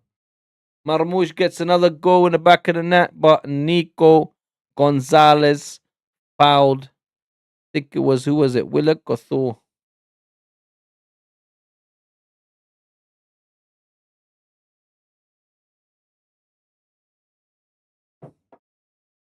Oh, he does music. No way. What kind of music does he make, bro?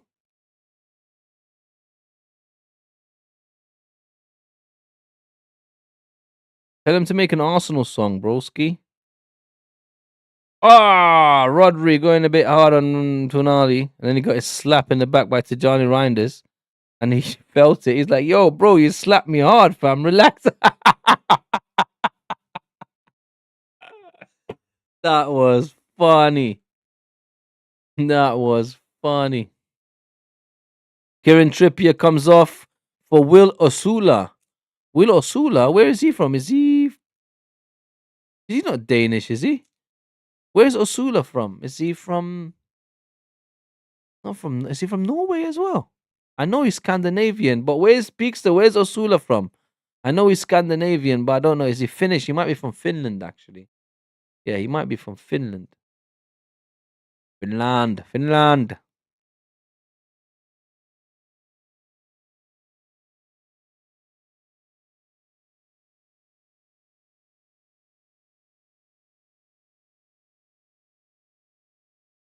Osula's Danish. I knew he was. I thought he was Danish, dude. Um. Oh, he's gonna make what? He's gonna make an Arsenal music video. Sick, bro. Make sure you send me that or let me watch it. He plays under 21 for Denmark. Yeah. Is he any good, Osula? I've seen him a couple of times as a sub coming on for Man City.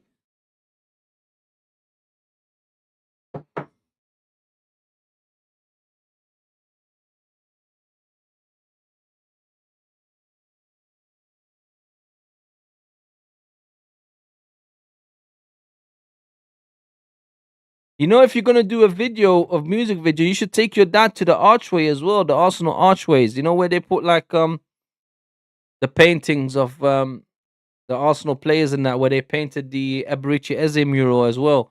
That's a nice place to do a music video, bro. And if you don't know what it is, go on YouTube. Oh, Osula is, yeah, he's a strong point.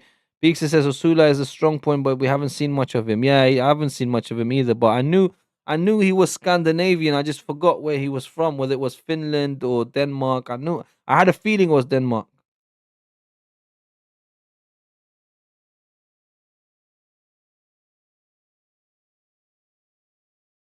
Yo, what happened here?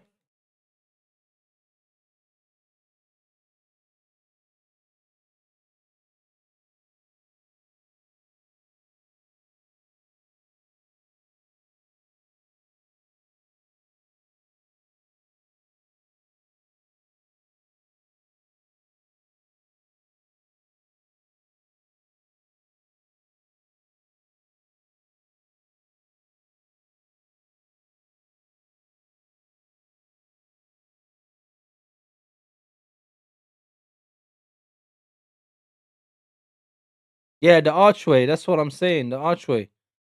Do the video in the archway, bro. It's nice.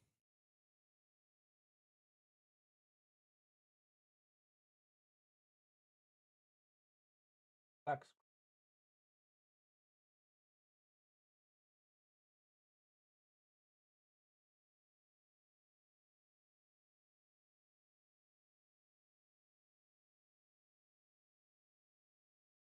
Right, we got about 12 to 15 minutes left of this game. But this game was over in the first half, and I hate when that happens because it's like, yeah, you can still enjoy watching it, but there's no real drama behind it anymore. Like it's it's really taken the wind out of the Newcastle sails. Those 3 goals in the first one.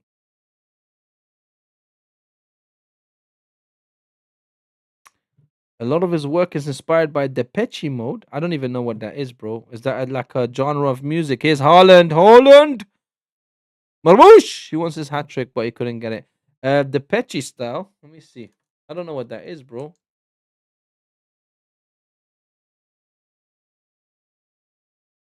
Depeche style.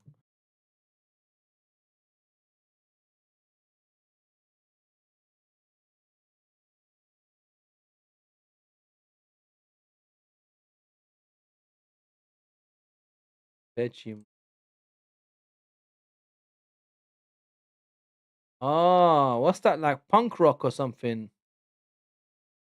Depeche Mode just can't get enough. Depeche Mode personal Jesus.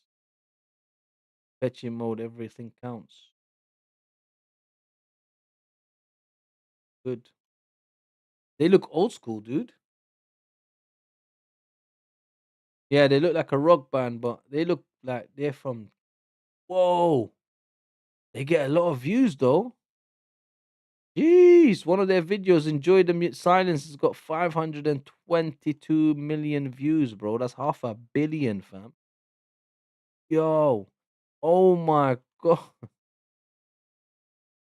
Oh, that's the biggest one. They got 126 mil. Bro, who is the Depeche Mode? Bro, I might have to listen and see what they're like. Bro, one of their videos, "Enjoy the Silence," has got 520. Oh, that's a madness. What happened, Johan Wissa? Did he want another penalty or did he miss another ball? Alanga squares the ball into the box. Ah, Johan Wissa couldn't get to it. Kind of punk. The Depeche Mode is good though, and yeah, they're old school. Let me see this. Enjoy this. Let me see if I've heard one of their songs. I don't.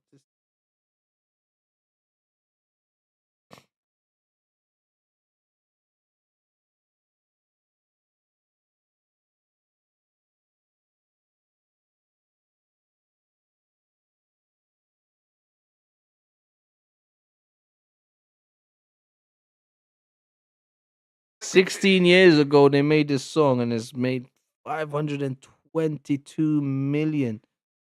They're from the UK, are they? I've never heard of them before, bro. But when I'm looking at their views, 266, 522, 104, 211.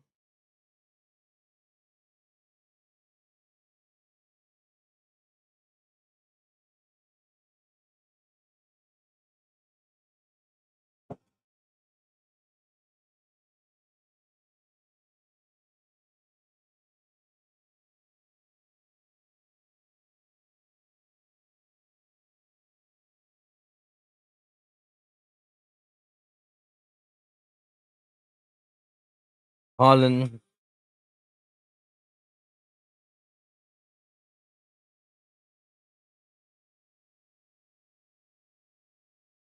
But how would they not known like this in the UK, bro? Yeah, I know, I see it.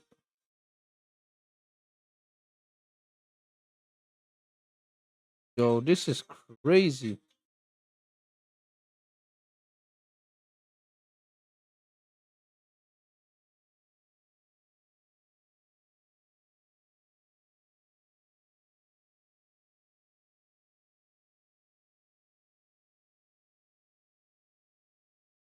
That must be their biggest song, Enjoy the Silence.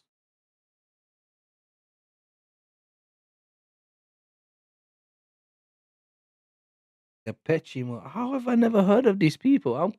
Bro, I grew up in the 90s, bro. I probably grew up the same time your dad grew up, my friend. How did I miss this? How did this never come across to me?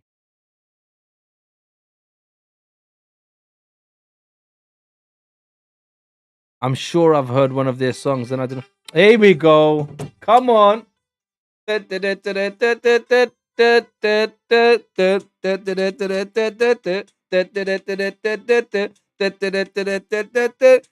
told you, I knew I would have come across their music. I just never knew that's what they were called.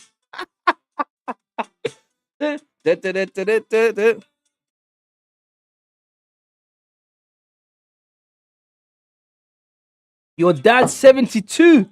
Nah, definitely didn't grow up at the same time as him, bro. I'm not that old.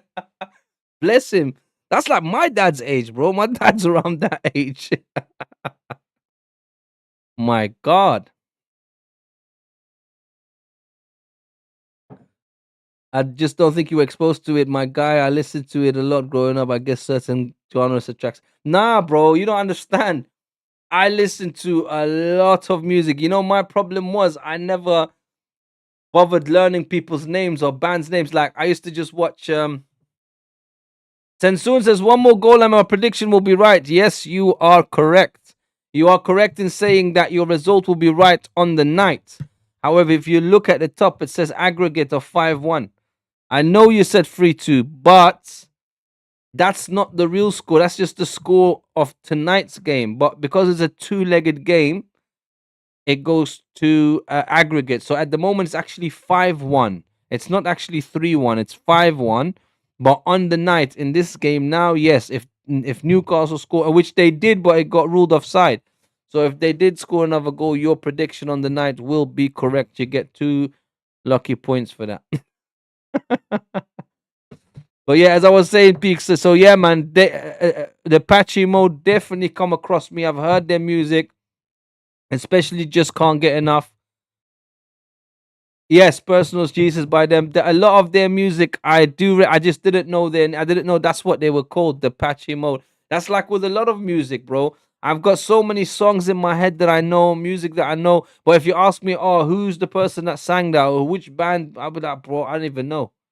I wouldn't even know. I just know the song. I just know the music because it got famous. But because it wasn't really my genre of music, dude, I'll be honest with you. I grew up in the 90s like on pure hip hop and that, man. Like, don't get me wrong, I used to listen to a lot of rock bands. I listened to a lot of Aerosmith, Bon Jovi in the 90s. I listened to a lot of Savage Garden. I listened to a lot of Man City trying to go for another goal. Rodri. Aaron Ramsdale saves it. Can you keep it? Yeah. So I did listen to a lot of that. Linkin Park as well, obviously. But my main genre of music was obviously hip hop, R&B, that kind of music that I got influenced by. But in the 90s, obviously, we was listening to everything, bro. We listened to Michael Jackson, Prince. We listened, like I said, Bon Jovi, Aerosmith. Listen to everyone, Linkin Park.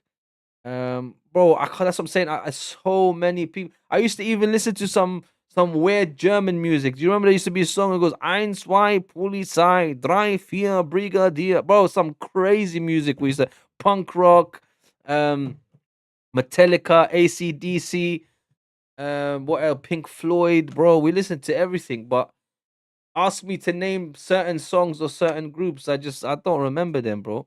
And to be honest with you, as I got older, I stopped listening to as much music as I did.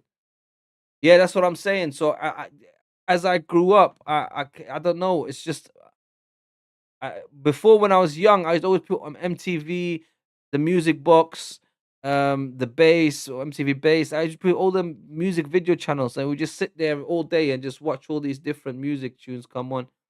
But when you get older and you get busy with life, work, and this and that, bro, yeah, put that on the back burner, bro. And right now, at my age, probably like your dad as well, you just listen to the things you grew up on. I don't even know what's new, bro. Like randomly, something will come across me. That's new. Um, but I might have. I don't know who exactly that is.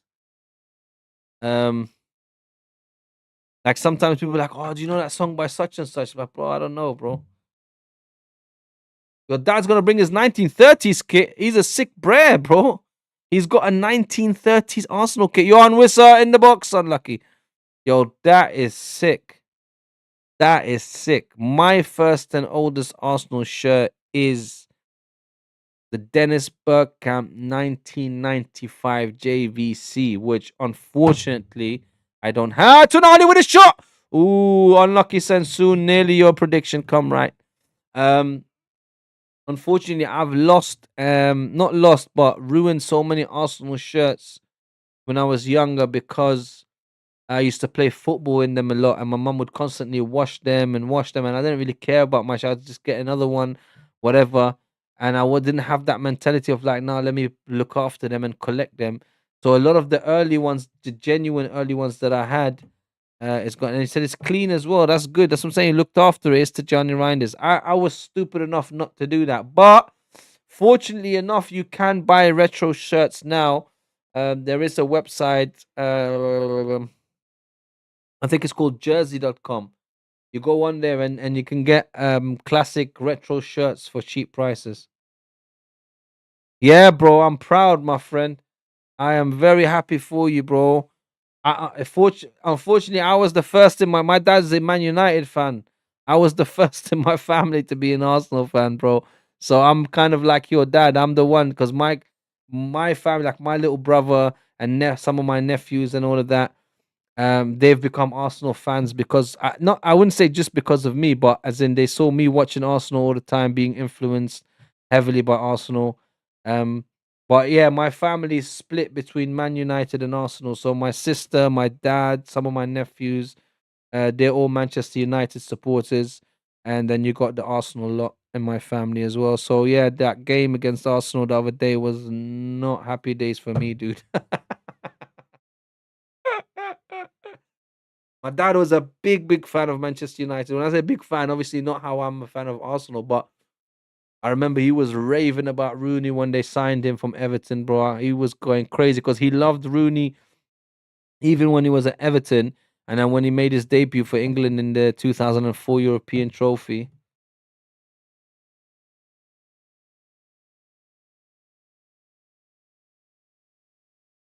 Yeah, that's very true. Peakster says, if I didn't become one 7 years ago and if you weren't on, we wouldn't be here. Yes, that's correct. Everything happens for a reason, dude. Everything happens for a reason. I think it's the same thing for me. If Dennis Bergkamp didn't go from Inter Milan to Arsenal, and I didn't watch Arsenal win the Cup Winners' Cup in the early 90s, I could have easily been a Man United fan, bro. Because my dad was trying to influence me to be a Manchester United fan. He's like, look at Cantona. You should look, this is good player, Cantona. Jesus says my uncle was a United fan, and my dad straight up told him he wasn't his brother, so my uncle became an Arsenal. Yeah, but that's not right. Funny enough, my little brother, when he was young, because he grew up in Chelsea. My parents at the time. The game is done, by the way. It's 3-1. I'll quickly tell you before I go, Peakster. So my parents were living in Earl's Court, in part of London, where the Chelsea Stadium is, like Stamford Bridge. So my little brother went to school in that area, and he grew up in that area when he was younger. And his PE teacher and football coach, they were all Chelsea fans. So he was starting to get influence. I remember one of his PE because he was very good at football, and his PE teacher gave him this big Chelsea banner, and he brought it home. And I saw it, and I was like, "What are you doing with that?" And he's like, "No, Chelsea." This. I said, "Okay." I didn't say nothing to him. I swear. I said, "Look, you make your choices, mate." And at that time, obviously, Chelsea were winning. My little brother's born in 2003, bro. So at that time, obviously, Chelsea's winning this and this and that. But he didn't know what he was talking about. He doesn't know anything about football yet. He's just getting influenced by the people around him. Then Manchester United started winning when he became a little bit older, and he started being like, "Oh, what? Maybe I made the wrong choice. This, that." But he was still very young. And then over the years, he saw me obviously as an Arsenal fan, go into the games, always dressed up in Arsenal and that. And then slowly but surely, he said, "Nah, you know what? I'm with my older brother. I'm an Arsenal fan." And he became an Arsenal fan. And thank God today, him, some of my nephews, some other family members, they're all Arsenal fans.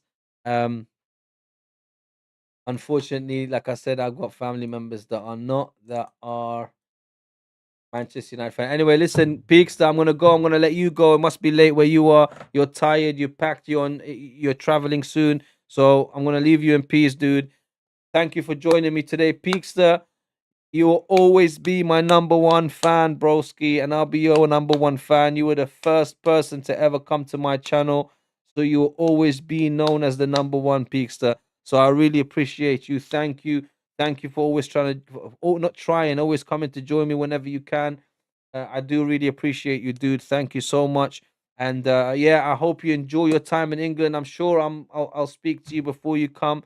Um, I will check out the banner now, and if I can get tickets as well, I will let you know. If not, I'm just gonna do the stream, and I'll chat to you after the game, my friend. But good luck. Thank you for joining me. I really appreciate you, Peakster. And yeah, man, I'll speak to you soon, bro. And I'll check out the banner now. Don't worry. And